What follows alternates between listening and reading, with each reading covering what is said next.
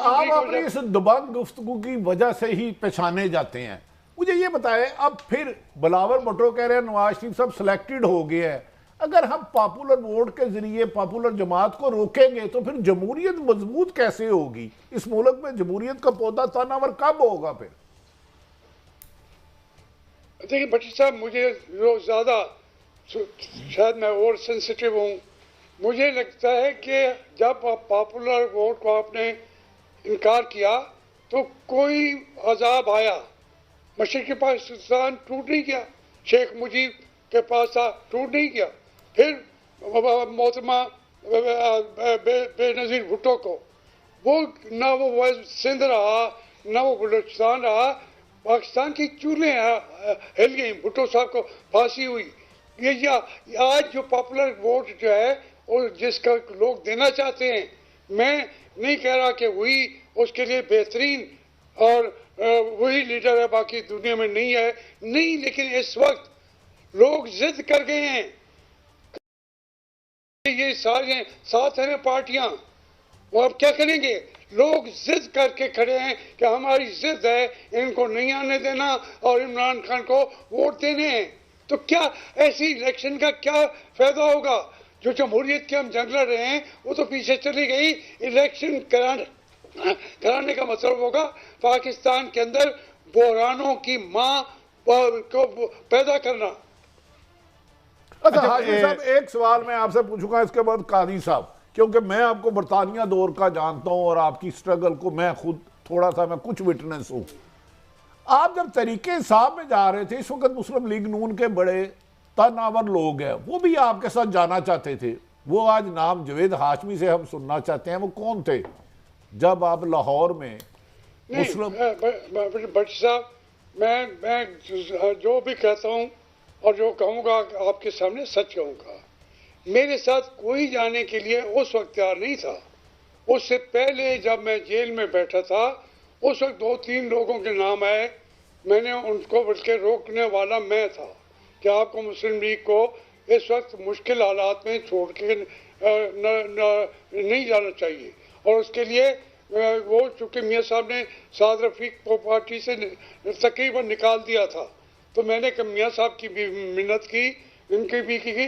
मैंने कहा ये ना हो। लेकिन जब मैं गया हूँ, मैंने साद रफीक को बताया कि मुझे तहरीक इंसाफ वालों ने कहा है आपको सेक्रेटरीशिप देने के लिए वो तैयार हैं, आप मेरे साथ आना चाहें ना आना चाहें ये आपकी सवाबदीद है। उसने मुझे कहा कि वो वक्त नहीं, अब मैं मुस्लिम लीग के साथ खड़ा हूँ और आप भी ना जाएं। मैंने कहा नहीं, मैं आपके अच्छा, जब आप जेल में थे तो उस वक्त जो 2-3 नाम आए थे जो मुस्लिम लीग नून छोड़ना चाहते थे, उस वक्त उनकी इस्टेब्लिशमेंट की उस वक्त से बड़े अच्छे मरासम थे, क्या उनमें एक नाम ख्वाजा साद रफीक साहब का भी था? देखिए, ख्वाजा साद रफीक एस्टेब्लिशमेंट की बात तो अलग है, मुझे नहीं पता उसके ताल्लुकात थे ये नहीं थे। मैं जानदारी से बात करूँ, इसका मुझे इल्म नहीं था। लेकिन पार्टी के अंदर उसके साथ ज्यादतियाँ हुई थी। उसको सेक्रेटरी जनरल था पंजाब का, उसको निकाल के अलग कर दिया। हालांकि मैं मियाँ साहब को मैंने कहा कि साद रफीक को ना बनाएं, इसकी जो उजलत है तबीयत में, खोसा साहब का इनका मामला नहीं चल सकेगा, इनको सेक्रेटरी जनरल ना बनाएं। तो फिर वो तो मुझसे नाराज होता। लेकिन जब उनको निकाला गया तो उस वक्त मैंने उसका साथ दिया। अब उसके एस्टेब्लिशमेंट से थे या नहीं थे दूसरी बात है, मुझे उसका कथन थोड़ा सा भी पता होता, मैं आज आपके सामने ज़रूर नाम ले देता। अच्छा, ये अभी जो मैं आपकी बात समझ पाया हूँ, क्या ये एनालिसिस दुरुस्त है या आप ये कहना चाह रहे हैं कि ये शायद इमरान खान की पॉपुलैरिटी इतनी नहीं है जितनी इन रवायती 12-13 या 2 बड़ी पार्टियों से लोगों की जो बेजारी है वो सारी का उसको सारा उसका जो है उसको हो गया, Imran Khan point of reference बन गया उसका, या ये उसकी प्योर, क्योंकि इमरान खान के पास भी कोई इनकलाबी तो नहीं है प्लान, वही सरमायादारी वही सिस्टम सब कुछ। तो क्या इन लोगों से बेजारी की वजह से लोग जो है?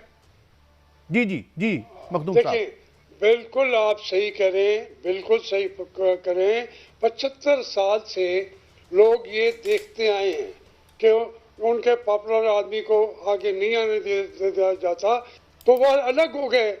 आज फिर वही मरला आ पहुंचा है कि उनको जिस किस्म का पाकिस्तान हमने दिया है, हम तमाम सियासतदान इसके बराबर के जिम्मेदार हैं। भूख है, नंग है, मुल्क का एक आवाज निकालने की जरूरत नहीं है। फलस्तीन के हक में कभी खोल के बात तो कर सकें। ये एक बंदे बंदाई की आदतें हैं। और फिर वो, चूंकि मैं कहूँ ना कहूँ, जो एक आदमी लड़ रहा है, जेल में बैठा हुआ है, मैं यकीन से, मुझे भी इख्तलाफ आज भी हैं और बिल्कुल मैं अपना हक ये रखता हूँ। वो कहते हैं कि वो हमारी आवाज़ का तर्जमान बन गया है, तो उनके तो दोनों काम पूरे हो गए। एक तो वो हजरत पूरी हो गई, दूसरा तर्जमान उनको मिल गया। तो इसलिए दोनों चीज़ें इस वक्त इकट्ठी हो चुकी हुई हैं और इसका जवाब किसी के पास है नहीं।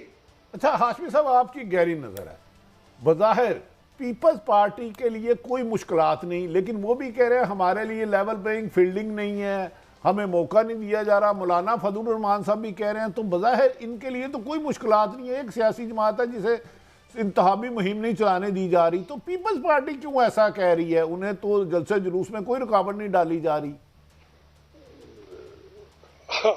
आप मुझे बताएं, आज साद रफीक साहब ने प्रेस कॉन्फ्रेंस नहीं की जी। वो कहते हैं हमारे हल्के तोड़ दिए गए हैं। शहबाज शरीफ साहब का हल्का भी तोड़ दिया गया है।